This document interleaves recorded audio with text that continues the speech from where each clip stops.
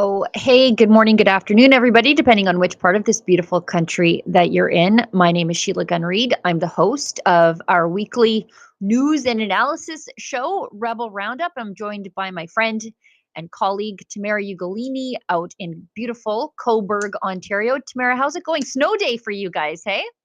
Yeah, I guess the first time in something like 30 years where all of these schools actually completely closed. So normally on snow days, the buses are canceled, but the schools are still open. Not today, although it's not the snowstorm blizzard that anybody was anticipating. Seems to be the usual here in Ontario, where they announced this crazy snowstorm and then it's, a trickling. I think Toronto got it more than we did, or maybe we're just used to it out here in the more rural communities. But yeah, given the ice threat and this rain, the freezing Yeah. rain, that was more of a concern for me than the snow. But we didn't get as much as I think as people were calling for. But nonetheless, schools are closed. Kids are enjoying a day at home, and we're doing some puzzles and other games. So it's always nice to see them kind of just taking it easy and hanging out, having a slow morning. But we're here now on the live stream to bring you some of the most newsy pieces of the day. Actually, sorry, Sheila, how are you doing out there on the western side of the world or of the country? It's not a snowpocalypse. We just have like snow and snow and snow, but we can sort of get caught up with it. But it is again like minus 25. Although we don't Wow. get the lake effect snow. You guys get lake effect snow, so it's super heavy and super wet. And we just get like the snow that falls because it's so bitterly cold, and it actually ends up being quite light and fluffy. So it's real easy to push away. You know what? I shovel with the snow blower or with the leaf blower because it's so light and cold that you can just sort of Oh, blow that's it so off the step. interesting. Yeah. Ours, Yeah. so we got the snow and then it rained on top. So it was Yeah, no. heavy and wet and compacted. And yeah, it's not nice, light, fluffy, playful snow by any No, means.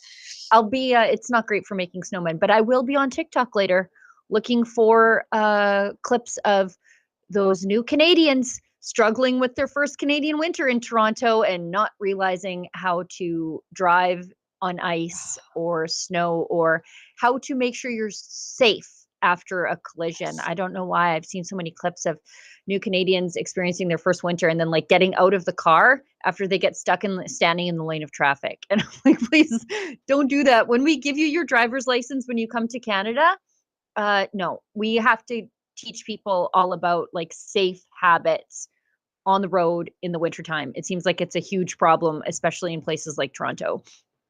Yeah, well, the 401 corridor is horrible, especially with transport trucks. And I think there was a CBC investigation that showed that some of the new Canadians were coming into the country and then capitalizing on the ease of licensing. And so there, one person would be licensed, and then like families and cousins or whoever would also get in on the license uh, stream, and they would be out on the roads without having actually undergone the testing and the licensing process. And it just makes for complete chaos because you do have to adjust your driving to the weather conditions. And if you've never experienced the black ice potential during Canadian winter, then you're in for a surprise. But it's not just you, it's everybody in and around your vicinity. So really concerning things to look out for if you're out on the roads these days in Ontario, which the GTA is the hub for immigration. I think we take on something like 50 to All of them. 60% of all new Canadians. So Yeah. it speaks for itself. Yeah, I experienced this effect firsthand with Ed, our cameraman who was working with us in Davos, and Ed's from the UK.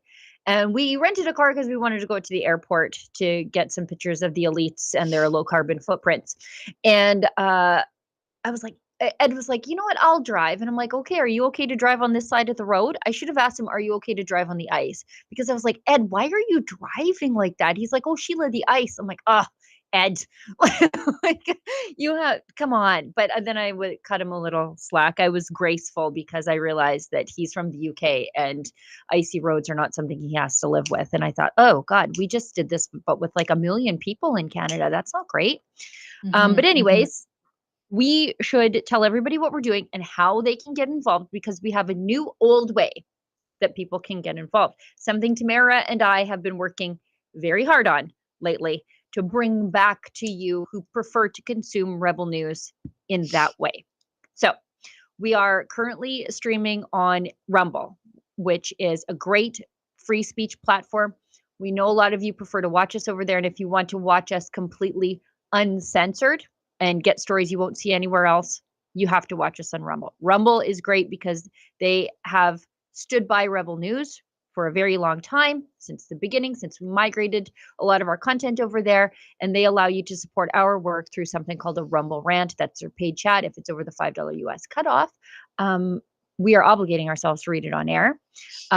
If your chat is below the $5 US cutoff, we'll do our best to read it on air if time allows. Now, we've been running the streams for an hour and a half lately, but I have to jump off right at the end of the hour because I'm covering a federal court hearing where the Justice Center is appealing the prorogation of Parliament, trying to send our politicians back to work. Now, if you are watching us on YouTube and there are 1.7 million sets of your eyeballs over there, we have worked hard to not abandon you over there.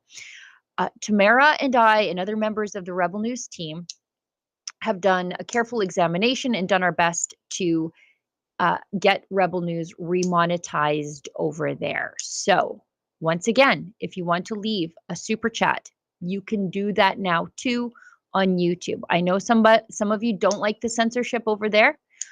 Neither do we, but a lot of you are accustomed to the systems of YouTube, and it just seems to be your preferred method of viewing and consuming, and we realize that. So if you are watching us on YouTube, we are remonetized there. You can leave us a super chat, and you will, going forward, have times where we might have to cut the stream because we are talking about stuff that is a little too truthy for YouTube. So just know that that might happen in the future. And that's it. Let's get into the news of the day. Yeah, so breaking news, Rebel has been remonetized on YouTube. And so we'll see if that is fruitful in the coming days, weeks, and months ahead. Who knows how long that's going to last, right? Exactly. You know, they seem to have loosened their censorship noose, so to speak. Yeah. And I think that's the Trump effect. I think that's the Trump effect. We're seeing that happen on Facebook too. So we'll see. Again, though, could be very short-lived. So if you like us over on YouTube and you want to support us, I don't know, do it now while you still can. And if not, go on over to Rumble and we will be there indefinitely. Always. But we'll try out this new YouTube remonetization for the time being and see how it goes. Okay, so we'll just get right into the swing of things. More 51st state talk and the fentanyl crisis. So Liberal leadership candidate Mark Carney has been on his little tour, and he made a stop in Kelowna. I think this was yesterday, where he takes aim at the U.S. So this article here comes from Maple Ridge Pitt Meadows News. And it notes here that Mark Carney drew cheers and applause from a crowd of more than 300 party faithful during a quick stop in Kelowna on Tuesday morning. So sorry, this was actually, so yesterday. I don't know. The picture to me here looks like perhaps there wasn't 300 people, but maybe they were just coming and going. And one of the biggest cheers came when he addressed the U.S. tariff threat. He says, in a crisis, plan beats no plan. Okay, we have a plan for Canada that is going to deliver the strongest economy and ride out the Americans until they come back to the table. There's a lot of yellow and red flags here for me. He says Americans have lost their way and have forgotten about the big hits and squeezes on the middle class. I think that's the exact class that Trump and all of his executive orders are trying to bring back and reignite and help and assist by bringing manufacturing home, by cutting the bureaucratic bloat and waste through the new DOGE Department of Government Efficiency, overseen by Elon Musk. I mean, there's all these things that Trump is doing and handling and implementing to help the middle class. And so this isn't, I don't think, going to hit the US where it hurts, as Carney's alleging, so much as it's going to affect Canadians. We have a clip here, though, where Carney says point blank that he is going to abuse the Yep. emergency powers of the federal government to Yep. build green energy projects and take on the Americans. Look at this. Yep. Use all of the powers of the federal government, including the emergency powers of the federal government, to accelerate the major projects that we need in order to build this economy and take on the Americans. And something. Look at that smirk. Yeah, I was one of the rare, I see now that Canada Proud has picked it up, but I was one of the rare people on this planet who was remotely interested in what Mark Carney was saying when he was in Kelowna. I braved that appearance, despite my fears that he would be draining my life force with his monotony. Well, monotone Mark was talking in Kelowna, and he was talking about, like, we need all these like green projects to insulate us from the Americans. And you can really see the Mark momentum in that room. Everyone's like, whoa, it's like extremely undercaffeinated people. But he just sort of thought it was the most clever thing he ever said, that he said use, but it would be an abuse to use the emergency powers of the federal government to push forward these green energy projects. And then he turns and sort of smirks at the camera because he thinks it's the cleverest thing he's ever said, and to take on the Americans, not, like fight the threat of tariffs, but to actually like take on the Americans, the people themselves, which I thought was quite an odd thing to say, but excessively tone deaf. Kelowna is a very conservative place, by the way. It's the interior of BC, which may as well be Alberta. And he's telling them that these people, a lot of them participated in the Freedom Convoy, which was resulted in the invocation of the government's emergency powers illegally. And he's promising to disregard all that and do it all again, this time so that we can have, I don't know, tariff lockdowns, climate lockdowns. Like, what's next, Mark? What are you going to do? Yeah, I was going to say, enjoy your carbon lockdowns, everyone, where you'll stay home and you'll be happy. Yeah. It sounds like Trudeau's, we've reused this clip so many times, and I don't know if it's handy, but I'm sure most of our viewers have seen it, where Trudeau is saying in front of a group of old liberal women that he loves, or he admires rather, China's basic dictatorship. And this is just that kind of recycled. It's that 2.0, I think, where you're going to give people the hammer of a totalitarian regime by utilizing emergency powers to push forward your ideological goals and your ideological agendas. It's China's basic dictatorship 2.0. Melissa Lantsman, the conservative deputy leader, had another little 6-second clip here, but maybe we'll watch the clip first, and then I will read you what she wrote here. Part of it, we got to respect, look, fentanyl is an absolute crisis in the United States. It's a challenge here, but it's a crisis there. And us doing what we can to help them with that is absolutely appropriate. Yeah, I don't know that us doing what we can to help them is appropriate. It's literally taken Trump to threaten devastating our economy and take over our country for the Liberals to take action. And also note here that Carney is a leadership candidate. He's not the prime minister. He has no mandate to do any of what he's talking about. He's vying for leadership. If he wins leadership, and if our government, if there's not a forced election, depending on how this law, there's so many moving parts here in Canada when we currently have no sitting federal government. I don't know if he could be placed into the prime minister's role without an election. And that would be really weird and extremely undemocratic to see. It will happen. It happened in Alberta. It happened with Premier Jim Prentice. He won the leadership of the PC party, which was the governing party after Alison Redford fled in disgrace. I think she went off to the United Nations. And Jim Prentice became our unelected premier, at least until we went to general election. So it does happen. There's some precedent for it. It's a quirk of our parliamentary system. But just on the topic of what Mark Carney was saying there, in of all places, Kelowna. Kelowna is absolutely hard hit by the opioid crisis because it's in the interior of BC, because it is one of those places for your drug addicts from the prairies to make their way to the favorable climate in the downtown east side of Vancouver. They get a lot of transient opioid addicts there. And I haven't seen the data yet for 2024.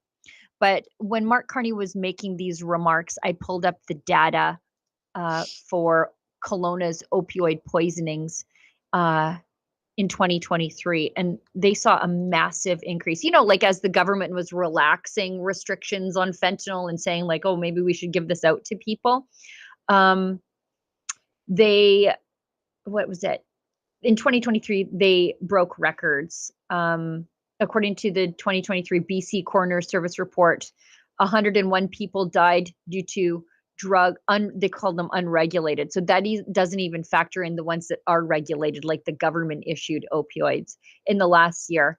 And that's a significant increase from 84 deaths in 2022. So the government relaxed restrictions on opioids and then more people died. And Kelowna, if you've been there, it's a problem. It's a real problem. So for Mark Carney to say that this is just, this is no big deal.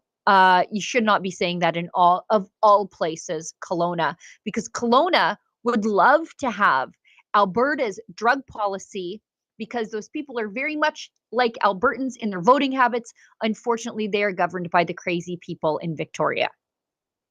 Yeah, and that ties into the comments that Melissa Lantsman posted here on X, where she says there have been over 49,000 overdose deaths. Now that's all of Canada from opioids since the Liberals came to power. This guy lives in a different reality. He simply doesn't get what's been going in nearly every corner of this country. It's not a challenge. It's also a crisis. And so similarly, Sheila, I went and looked at any updated stats for the entire country. And this includes up to, I think, October 2024.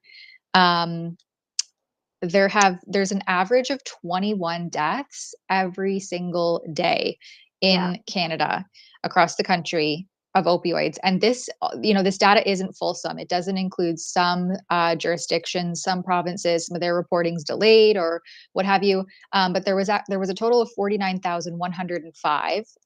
They call them opioid toxicity deaths because overdoses is stigmatizing, I guess.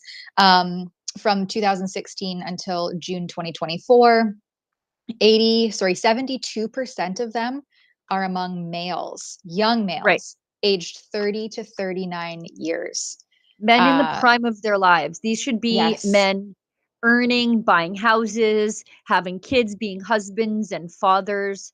These are the healthy, productive years of our young men. These are fathers being snatched from their families, and Mark Carney thinks it's no biggie.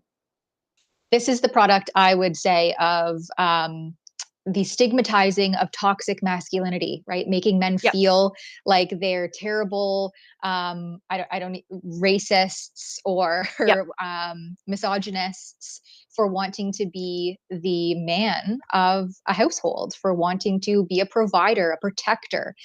This is what you get when you tell men that they need to be superior and lay down and stop with any form of masculinity, and that it's toxic to be a man who wants to have those things. Sorry, go ahead. Sorry, I was just going to jump in. This also, to build on your point, this is also the lack of prioritization of men's mental health in this country.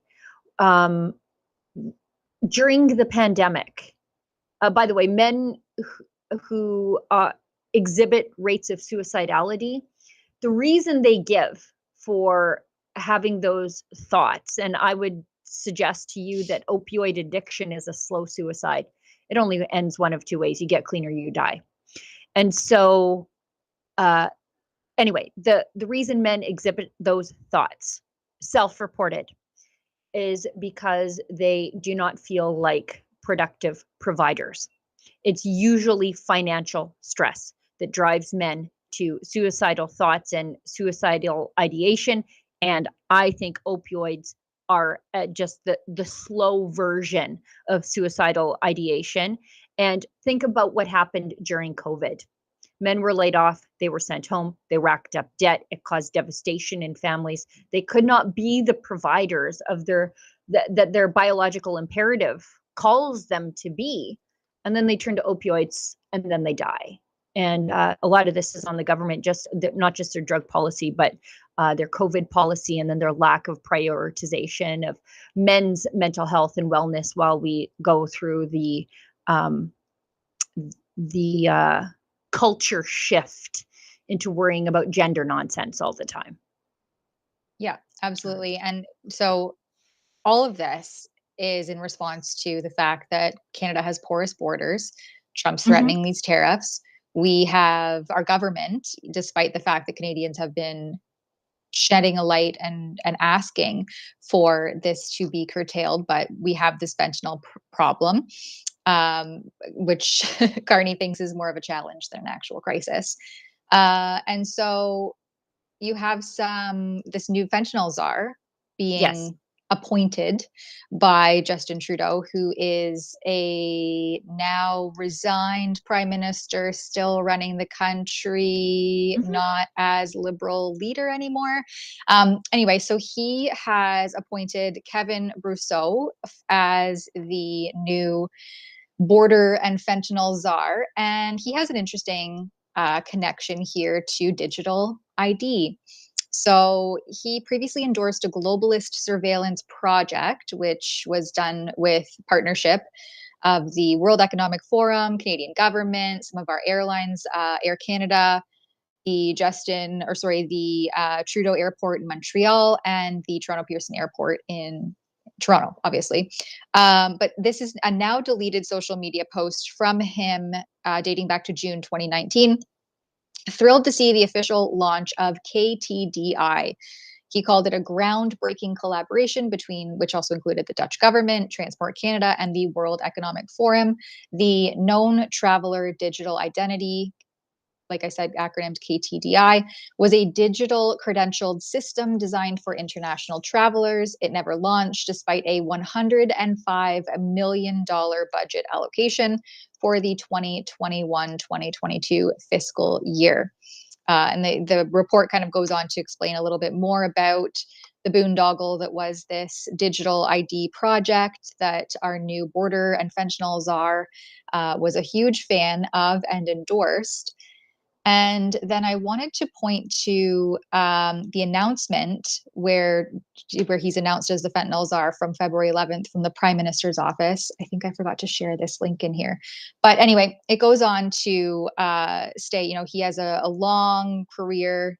Kevin Brousseau has a long career with the RCMP, and he has all these connections and public safety, intelligence, et cetera, et cetera.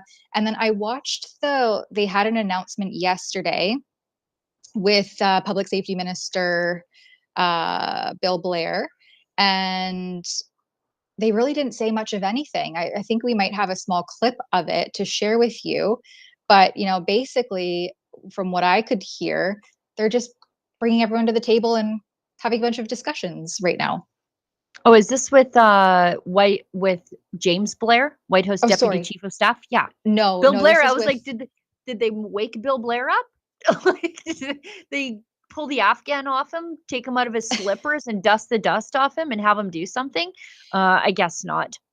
No, but we will get into James Blair in a minute. Yeah. Pretty tight deadline, given that tariffs could be put in place on March 4th. I'm hoping to be able to give an intensity to the work being carried out by thousands of men and women in this country and the United States, trying to deal with the real public safety and national security crisis that is fentanyl. Bringing that integrated approach, bringing the teams together, ensuring the collaboration, ensuring the communication is happening at officials level on both sides of the border in communities across the country. Hi, Mr. Brasso. Thanks for taking questions. I'm Jillian Piper with Global News. My question to you is that we know that Canada already represents less than 1% of the fentanyl going into the United States. Do you think we can realistically get that number to zero? Getting the number to zero is in fact a goal and should be our goal. If it's 1 pound, 10 pounds, we all know the amount of deaths that possibly could represent. This is a national security and a public safety crisis. We should be focused on eliminating the scourge that is fentanyl in this country and in the United States. And have you spoken with The Border scourge. Czar, Mr. Holman about your appointment? Are you planning to speak with him in the coming days? I hope to speak with him soon. In fact, I spoke with the ambassador of the United States last night, and she and I talked about getting to DC very, very soon to be able to have those conversations. I've already, of course, as you know, spent some time here. It's a 15-minute presser. Does not inspire confidence. Like, I look at the people making an impact on the fentanyl issue. For example, Mike Ellis, Alberta's public safety minister. If you really wanted to make a difference, you would have, if I were Trudeau and I actually wanted to do something, I would have taken somebody from a jurisdiction that the Americans like, Alberta, and somebody who has experience in policing, Mike Ellis, former cop, who is the public safety minister, who is dealing with border issues from a place that is taking a zero toleration approach to fentanyl and a treatment approach to the drug crisis that's happening. This is the guy I would have tapped if I wanted to impress the Americans and stave off tariffs, but they didn't. They hired a career bureaucrat from the RCMP in Ottawa that has overseen the explosion of fentanyl in this country. Yeah, exactly. And if we kept listening there, one of the journalists asks, "Oh my gosh," and I was just banging my head, "Why did you pick the title czar?" And nowhere in the press conference, which again spanned almost 16 minutes, did they ask anything about, hey, what about the ports of entry where there are no police? What's the plan of attack on these ports that don't have any security or surveillance, where you can just walk over the border? What about the fentanyl precursors, right? Because fentanyl requires all these other ingredients to be manufactured in the country. What about all those ingredients coming in separately? How are we monitoring and trying to curb that border issue and then those crossings over? Because it's not just fentanyl specifically, it's all the ingredients that make it up. And what no one in there asked about government safe supply. We know that government regulated and produced and taxpayer funded safer supply of these powerful opioids are being diverted out into the streets, and then that is being utilized to fund more fentanyl purchasing power by addicts on the street. So you don't have a mainstream media who's asking any of these relevant, pertinent questions. They're asking, "Oh, how did you come up with the title czar?" Right. This is and craziness. why are you spelling with CZ and not TS? Is that an anti-Russian sentiment? Yeah, like my questions would have been exactly yours. Why aren't we marking the government issued safe supply so that we can determine if it is indeed ending up in the hands of Canadians who are either trafficking it or ending up dead by it? Also, what are we doing to deal with the infiltration of gangs into our points of entry, but also our ports? What are we doing to deal with that? Because that's a huge problem. That's how a lot of this stuff at monitored points of entry, that's how it's getting passed, is the gangs have infiltrated there. What are we doing about that? There's just no curious questions. They're worrying about if he is being influenced by Russian spelling. How dare he? So in similar news, we also have the Premier of British Columbia, which is really in many instances, ground zero of this drug crisis and the fentanyl crisis, David Eby. He earlier remarked on Premier's frank conversation with James Blair, the White House Deputy Chief of Staff. So we have a video here, and then I want to show you, share with our viewers a couple of tweets that are kind of funny in response They're to just trolling. again, our mainstream media failures and spreading of misinformation. Yeah, we had frank conversations where about the 51st state comment, where we underlined that that was a non-starter.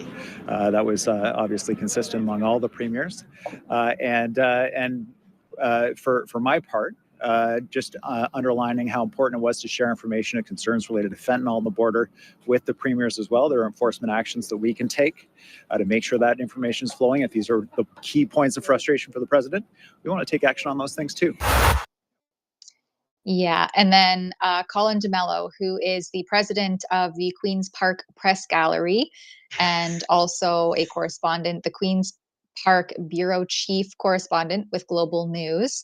He took to X to post, he regurgitated EB's remarks, saying he had this frank conversation. And he shared a few items with Trump, including willingness to engage, work on key areas of agreement, and that Canada would never be the 51st state. And then that was reposted by James Blair, who said, and maybe we can show this on screen for our viewers, pleasant meeting with the premiers. To be clear, we never agreed that Canada would not be the 51st state. We only agreed to share Premier Eby's comments. Further, we said the best way to understand President Trump's position is to take what he says at face value. I mean, I am pretty sure he substantially outratioed DeMello. I love it. Which is so funny to see, because the mainstream media has been in absolute meltdown mode for the last few years, crying wolf about every time misinformation and how dare you make these claims. And this is, far-right conspiracy theory stuff. And now we're seeing more and more how they are being caught in the misinformation spreading. And it's becoming more and more kind of blatant and in your face. And you have people from the US side who are not holding back, right? They're not afraid to call a spade and tell people how it really is. And I love to see that. Yeah, I hope Canadian politicians are learning. By the way, thank you, Elon Musk. I can't believe your platform is free, so that we can see the mainstream media in Canada being abused by their intellectual superiors in the federal government in the United States. But I hope our conservatives here in Canada are learning a little something. Treat the mainstream media like the enemies of you that they are, because they are. Their lifeblood is Justin Trudeau and the subsidies he continues to give them. We should consume their content with that in mind, and we should consider their questions to our politicians with that in mind as well. Yeah, like, why did you choose the name Czar instead of how are you going to appoint more port officers to ports of entry that don't have any? Where they take their marching orders from, we can speculate. Do you know what? I see stupid questions like that sometimes, and I think, wow, that's a failing of the entire newsroom over there. Because, like if we're sending journalists to a press conference and maybe they don't have, let's say it's about oil and gas and pipelines. I will help you prep some questions. I know a little bit about that stuff. It's been my passion since I was a small child, the oil and gas industry. And so when I'm sending a journalist, or we're sending journalists, or they're saying, Sheila, I want to go to this press conference, but I don't know all of the details. We work together on questions. First of all, we help them understand the issue and what's important to the people that you're asking the questions on behalf of, right? Because we're not just asking our own hobby horse questions. We have to think about what you think as a Canadian who's not being well represented by the mainstream media. What matters to you? We want to ask those questions. And so we work together to develop questions and learn the issues and talk about what matters. I just think sometimes with these journalists, and maybe they're just fresh out of J school or whatever, but I think, do your editors, your editor-in-chief, your managing editor, do they not care about you? Do they not like you? Why did they sabotage you like this? I don't know. Yeah, who came up with this question and why and how? Because my goodness, it is not relevant. Ask for help, journalists. Ask somebody to help you. And Oh. hey, always you can feel free to reach out, I guess. I'm here to help. Look, Yep. mainstream media, if you need some questions that you think regular people have about the oil and gas sector that you want to ask to our government overlords, DM me right now. The DMs are open. I will help DMs are you. open. I want you to be better. I do. I'm not keeping my expertise to myself. I want to help you too. On behalf of all Canadians, DMs are open. Yes. And Oh then God, we I just have- asked for a world of trouble, didn't I? Yeah. We'll see. Maybe make some good screenshots later. Okay, we have Premier Danielle Smith telling reporters, meanwhile, in Washington, Do you know that what? she thinks. Hang on. Before we go to Yes. that, let's do a quick ad read to stay on target because I have to sort of get out of here and go back to federal court. We can't go long. So I'll do the sticker pack ad read. Do you want to do the 2 chats? Sure, sounds good. Okay, and that one we have to be sort of careful because of YouTube's policies. We'll just read it straight. Stickerpack.com. Are you ready to show your support in style? Sticker Mule has a fantastic offer just for you. For a limited time, you can grab free Trump stickers. Yes, you heard that right. Free. Oh, I love free and I love stickers.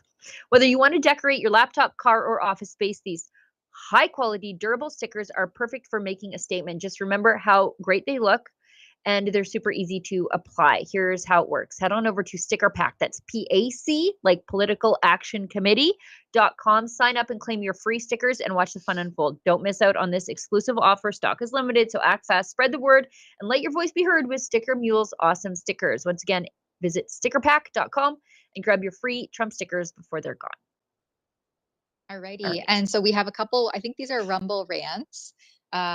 Just a reminder, we are trying out and testing out remonetization on YouTube. So if you want to give us, what is it called on YouTube? A super chat?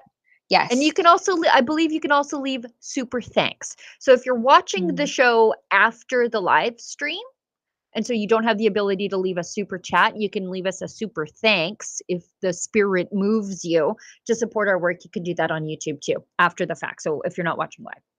All right. Billy Howard gives $5. Thank you very much. If Trump is smart, why doesn't he stop the rhetoric until after the election? An NDP internal email today says a March 10th call. Libs need the anti-Trump issue to win. Why would Trump want a liberal win? Yeah. Send us that email. I don't know if there's any way to vet that it is legitimate, but if there was an internal email today that says a March 10th election call, I think that would depend on whether or not the court case you're covering right now, Sheila, is successful, because otherwise Parliament is officially prorogued until March 24th, I think it is. And unless Trudeau feels, as you said, the spirit compels him, he, I think, will not be unproroguing Parliament without a court order to do so. Yeah, it's wild. He prorogues it for exactly 11 weeks so that they are able to run a liberal leadership campaign. It just, what an abuse of a very easy ability to prorogue. Like literally you could just prorogue it by saying, we need we have legislation we want to introduce and move forward. And so we're cutting this off and we're going to the next. And that would have been enough. But partisan political reasons may not be enough. And if he can do it for partisan political reasons, that's an abuse of his position in the executive. That means that the government can literally do whatever it wants. And right now, government is supposed to be restrained by Parliament. However, if you can prorogue for any reason, then the government is actually in charge of Parliament, and Parliament in our system is supposed to be sovereign. It's a real bizarre pickle that we're in because the Governor General has never once refused the ability of the government to prorogue itself. So it's just a mess anyway. Maybe Best before of luck, we cut. JCCF. Well, I was just going to say, maybe before we cut the stream, we can get a 5-minute or just a few minute update from you of what's going on with that hearing, because I think it's important. AMT60 gives $5. Tamara, please go on Amazon and order the book, Moving Beyond the C-19 Lies, Restoring Health and Hope for Humanity. Chapter 9 has new info about what's really in the novel injections. It's shocking. All right. I'll have to check that one out. I don't think that I've heard about it. But I probably have already covered some of the things that's really in the I'm sure you shots. You have. just won't find them on YouTube. So Yeah, there that's was right. one video.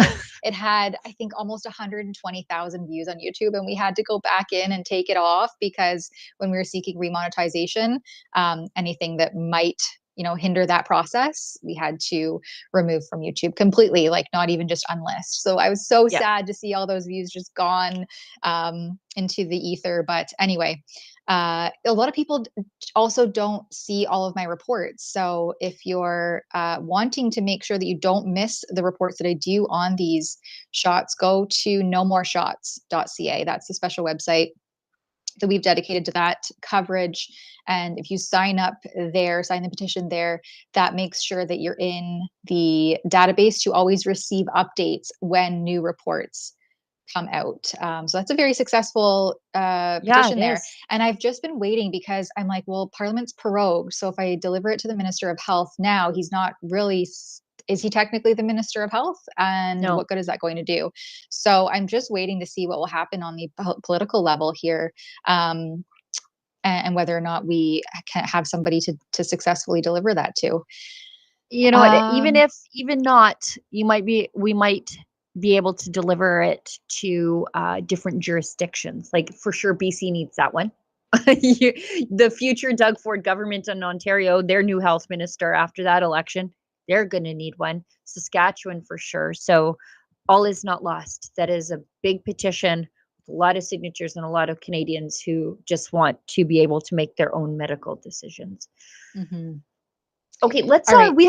We should do the Rebel ad. We'll talk about April's thing, and then let's get into Premier Smith acting very prime ministerial in Washington. Canadians know the national anthem. They stand in silence to remember those who died for this country. But not every Canadian knows their rights and freedoms. The Freedom Passport will change that. It looks and feels like a Canadian passport, but contains the Canadian Charter of Rights and Freedoms in a portable, easy-to-read format. The Freedom Passport. Order one for yourself and for all the freedom lovers that you love at freedompassport.ca. All right. Let's just talk real briefly about an event coming up February 22nd, 2025 at one of the best places on the planet. Of course, I'm talking about Church in the Vine in Edmonton.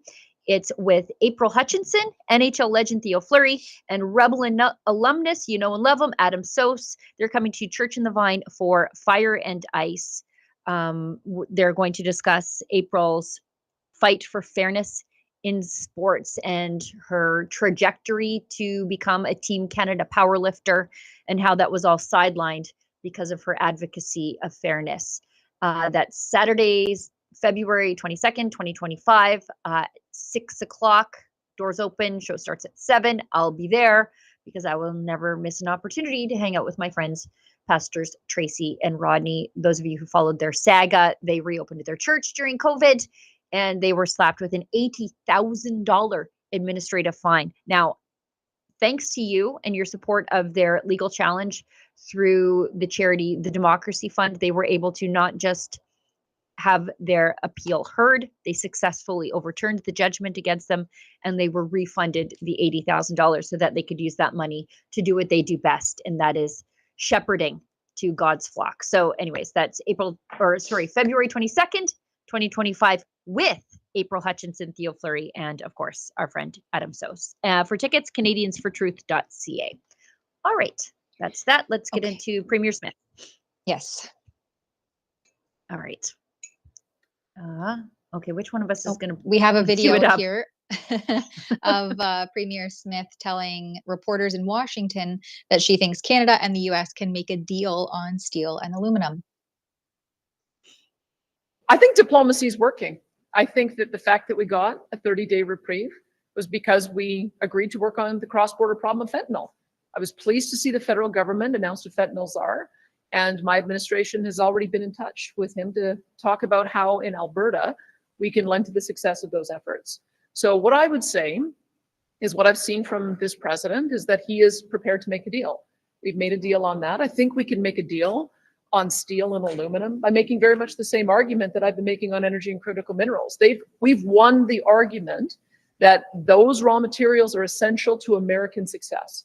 It comes in, it makes value-added products, it creates good American jobs, it creates good American products that we buy back. Same thing for aluminum. They just do not make enough for their defense industry, their auto industry, and their critical needs. So I think aluminum, we can make the very same argument. And on steel, we buy as much steel products from them as they buy from us. Oh, on USMCA, it has to be renegotiated. I think we have to remember we've got two sets of tariffs. This first tariff was about dealing with the fentanyl crisis. And I think that we have satisfied the president that we're working on that. The second round of tariffs will come with the renegotiation of USMCA. And I think the sooner we get a government with a 4-year mandate, the sooner we can open that up and solve the broader range of tariff issues that we have. Doug Ford just looking very bored back in the corner there. Yeah, look at these dudes standing there with their hands in the pockets while this conservative woman is running the room and dealing with Trump in the way that has been a success. Like, she's out there acting prime ministerial.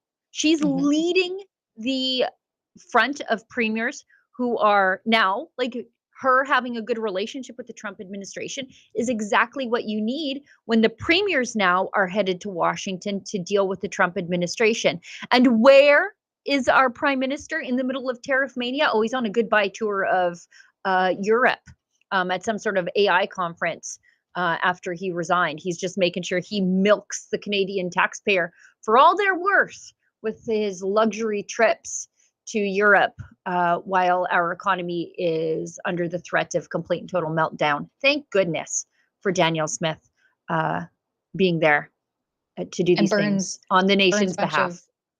And burns a bunch of fossil fuels while lecturing all of us on climate alarmism rhetoric. He's also here stating in this video, which I thought I saw this before, but maybe it's a new one. There's not a snowball's chance in HELL. I think that is a flagged word now on YouTube. Is it really? Yes. That Canada will ever be the 51st state. I guess we should play it, but let's hope that YouTube doesn't flag. Let's be very clear. Conversations around a 51st state are a non-starter. It's never going to happen. But we have to take seriously what the president is saying and fold that into our thinking as we continue to stand up for Canada. I think, as I've said unequivocally from the beginning, there's not a snowball's chance in hell that Canada will ever be the 51st state. At the same time, from having worked with President Trump for close over 8 years now, I can tell you that we have to take seriously what he says and make sure we're responding appropriately. And quite frankly, the response of Canadians over these past weeks has been inspiring, as people have been there for each other, people have been changing their vacation plans, people have been looking at ways to buy Canadian, to support local businesses, to diversify their supply chains to places like Europe and Asia. This is a response of Canadians who are saying, yeah, this is going to be tough, but we're going to double down on Canadian pride and standing up for each other. What a bunch of words. As if I've been working with Trump for 8 years. Sure, how? By running your mouth about him every step of the way? Like, Trump is a proud man. Not only that, I feel like he makes notes about everybody who wronged him or said a cross word about them, and then just waits, puts that in his pocket, and waits till it's time to get them back. And right now he's getting Trudeau back. And yet he doesn't know how to shut his mouth. It's a fascinating study in the inability to learn from one's mistakes. And pointing out the complete ineptitude of our government to do things that benefit everyday Canadians across the board. We want our government to take action against the fentanyl crisis. We've been calling for judicial reforms to not let repeat offenders out on bail perpetually and to make our streets safe again. In addition to a litany of other things, but the government just repeatedly ignores Canadians, and now it's taken Trump and these increasingly real threats to get them to take any of it seriously. So, yeah, thanks for showing up, Trudeau, just a little bit too late. Speaking of areas where the government is inept and also a little bit too late, and not doing what Canadians want, and not doing what Canadians want, but also what's in the best interest of not only the Canadians, but in this case, the immigrants and the new Canadians trying to come into our country, because we don't have the infrastructure, we don't have the resources, and we don't have the support for successful integration into this country. And you have record numbers of newcomers saying, actually, we're better off in our home country, so I think we're just going to go back.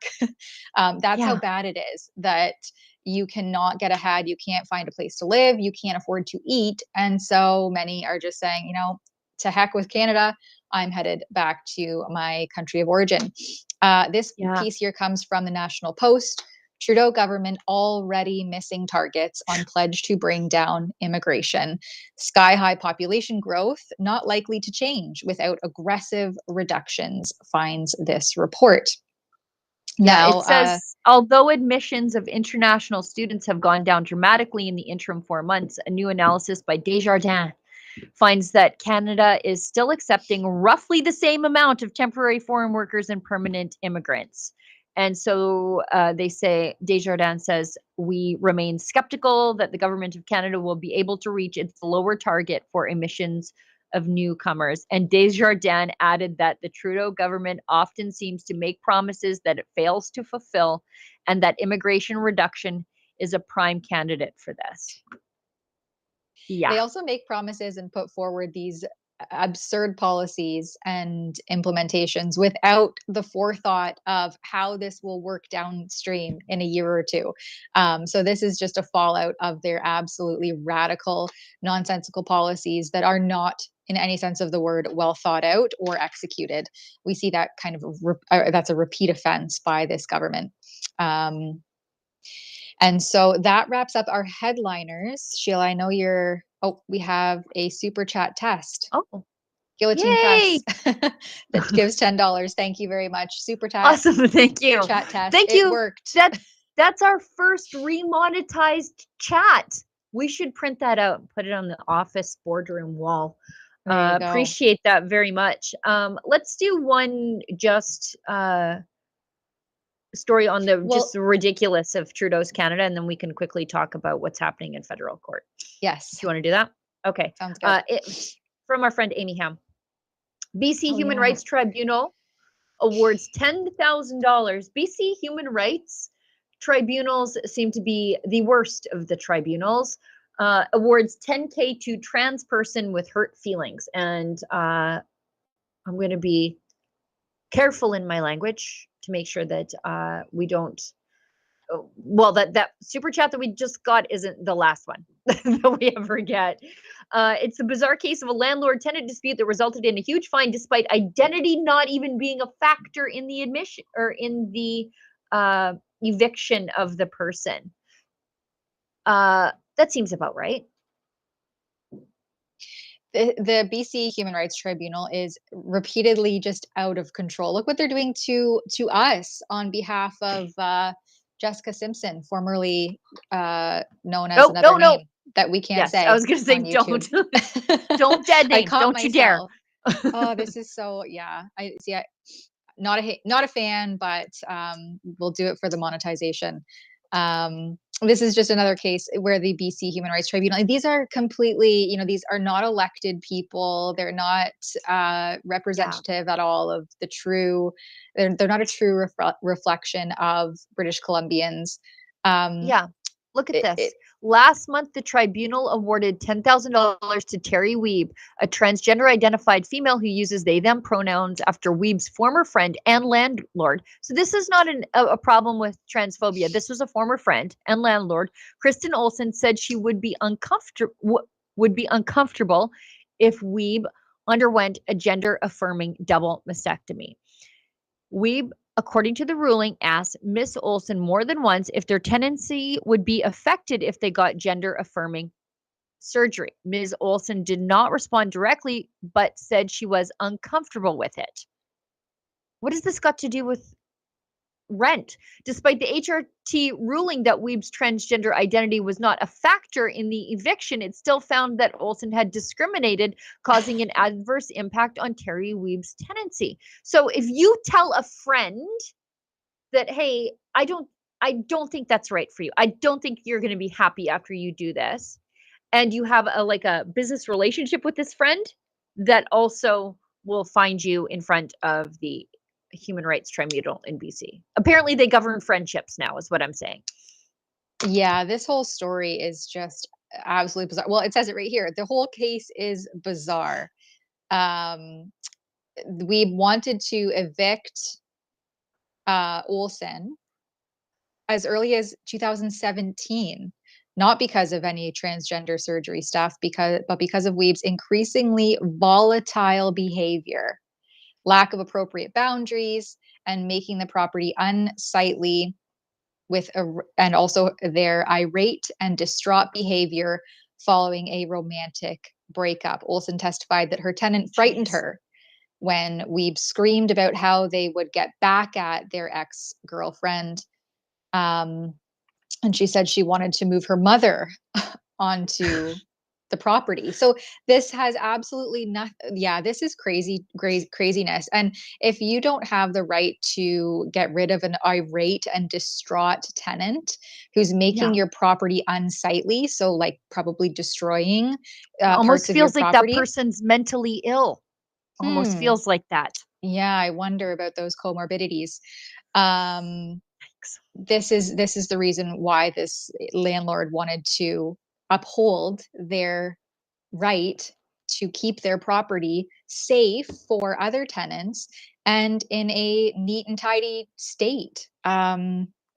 This is disturbing. But it goes on here that there was a disturbing incident, and the article's pretty long here, so that's a good fulsome overview of what occurred throughout the duration of this tenancy, and again dating back to 2017.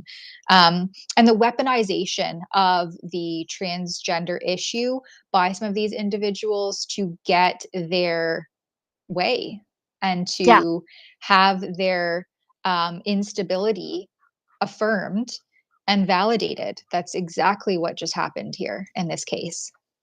Yeah, I mean, that's a former friend who in passing said, I probably don't think doing that is going to be the greatest idea for you. All of a sudden it becomes an issue with their tenancy, and the fact that they're damaging your property you're paying taxes on that you own, and they are threatening people, which makes you wonder if they're safe to have in your home, and then they want to move their mother in. I mean, just I don't know why anybody wants to be a landlord these days. I have no idea. I don't know. I have no idea. It's not in your favor anymore, that's for sure. Yes. Billy Howard here gives $1. Actually, I think this is our first monetized. Okay. It's blue. Okay. So I think this might be our first monetized chat, remonetized chat on YouTube from Billy Howard. Thank you very much. Oh no, this is actually from Rumble. My mistake.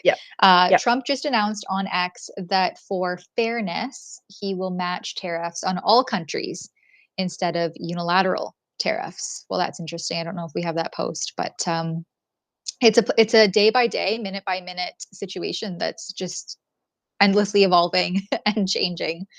Yeah, and it's almost like you need somebody who's completely plugged into the process to be involved. And Justin Trudeau is in Europe, whining and dining himself. Not eating the bugs. All right. Not. I think that wraps it up, unless there's anything else here on the stream. And maybe, Sheila, I know we're already a minute over when you said you had to go by, but do you have just 30 seconds to share with us the court hearing that's going on?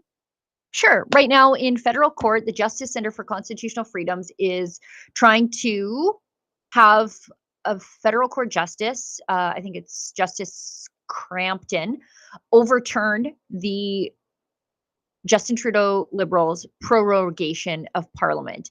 And they are using Justin Trudeau's own press conference when he announced the prorogation and his own words to impugn him. You see, there really are no rules around prorogation, but there is tradition and there is the spirit of prorogation. And you really don't have to give all that many reasons. But the spirit of the law, or the spirit of the ability to prorogue, what they call the prerogative of prorogation, is that you can't use it for partisan reasons. Even if you are using it for partisan reasons, you don't talk about the partisan reasons. And Justin Trudeau actually talked about the partisan reasons. First, he said that Parliament was gridlocked and they couldn't get any work done. That was the first reason. And the second reason was that he was not the right guy to lead the Liberals into the next election. The second one is definitely a no-no. That's partisan. And there is no reason why Parliament cannot be working, especially given the extraordinary tariff crisis that we're in, and the Liberals can run a leadership race simultaneously. Like, there's nothing on the planet preventing those two things from happening at once, except insofar as they want to advance the Liberals' prospects in the next election. And that is not the government of Canada's problem. It's not Parliament's problem. And the other one, as I said, was the gridlock issue. There was no gridlock. Four major pieces of legislation were passed before prorogation. The only gridlock was that the Liberals would not turn over green slush fund documents to Parliament so that Parliament could turn them over to the RCMP to finally get to the bottom of the level of corruption that was happening in that just money laundering operation in the federal government. So the idea that you needed to have complex reasons to prorogue, it's not true. You could easily just say, look, we want to advance new legislation, so we're going to prorogue Parliament and bring it back, and we're going to advance a whole bunch of legislation. Okay, that would have been a great reason. It would have probably been untrue if the Liberals had said it, but they say untrue things all the time, like, immigration targets. Justin Trudeau, in his infinite stupidity, advanced two reasons that violate accepted tradition. And now there was some issues in court, like, hey, actually the Governor General technically prorogues Parliament, so shouldn't your court action be against her? Well, the Governor General has never, ever in the history of Canada denied a request for prorogation, which means that, and it is established tradition that the powers and responsibility always fall back to the elected official. She's just a formal head of state. The powers and responsibility technically fall back to the government, even though it's, in our parliamentary system, she's actually a head of state. So they got around that issue today, and now it's up to the court to determine, are there restrictions on prorogation, or can you just do it for whatever, whenever? And if you can do it for whatever, whenever, then we absolutely have an unrestrained executive, which means we could have tyranny. It means that the governing party can cancel Parliament whenever they want for whatever reason. And that is not in the spirit of democracy. So the court has to make that decision. And we're relying heavily, I think, on the only real piece of case law in the world, and that is a decision that, with governments that have a similar setup to ours. It's a decision out of the UK where they overturned the decision, I think, of the Boris Johnson government to prorogue itself because their reasons weren't good enough. And like I said, you don't even have to have a great reason. It has to be just like an okay reason. And Justin Trudeau, in my opinion, now I don't know about the court's opinion, I don't think those decisions were good enough. Yeah, it'll be interesting to know the court's decision. The hearing's continuing now, so we'll let Sheila get back to it. And all day tomorrow, I think they've scheduled. Yes. Yep. Yeah. All day tomorrow also. So it's going to be a long day in this chair that is getting increasingly uncomfortable. So I just might have to treat myself to a new chair. Yeah, I think that you've earned it, Sheila. Yeah. All right. So with that, thanks everybody that made the stream possible. Thank you to all of our viewers, both on Rumble and on YouTube, and everyone who works behind the scenes to make sure that you can find us and share the links and watch us seamlessly on a few different platforms. We'll be back tomorrow, I think, for a special election debate live stream, the Ontario leaders, because if that wasn't all enough that Sheila mentioned there, Premier Doug Ford of Ontario also called a snap election. So there's also an election happening, or sorry, campaigning happening in Ontario, and the leaders will be debating tomorrow. And I think it'll be Ezra running that stream, and we will be live. He will be live reacting to some of the debate. So tune in for that one tomorrow. And in the meantime, hold on to your critical thinking caps, because the psyops are coming and they're counting on you to let your guard down. Thanks, everybody. See you the next time. Oh, hi, it's Ezra Levant here in Toronto with an important message because we need your help. Independent journalism in Canada is under attack. Government censors, big tech deplatformers, and the dying legacy media are all working together to maintain exclusive control on the information you receive. They don't want you to hear other voices like ours, and they really don't want you to be informed and to think for yourself. That's why the work we do here at Rebel News is so important. Our on-the-ground reporting, independent news shows, and special content you won't find anywhere else. It's all designed to give you trustworthy information and alternative viewpoints so you can decide for yourself. We don't get government money, and we are not owned by some big global conglomerate. We're funded by people just like you, so please support independent journalism and help us continue our work by subscribing and becoming a Rebel News Plus member today, right here on the page. Go to rebelnewsplus.com. Members get instant access to all of our shows, invitations to exclusive events, and access to our premium content like live event footage and documentaries you won't see anywhere else. Only Rebel News Plus members can join the conversation by participating in the comments section of our new website. That way you can have your say too. More than anything, though, you'll be able to take pride in supporting real, honest journalism, and you'll help our talented team continue to do the work to push back on the establishment. We really can use your help. We need it, in fact. So thank you, and enjoy Rebel News Plus.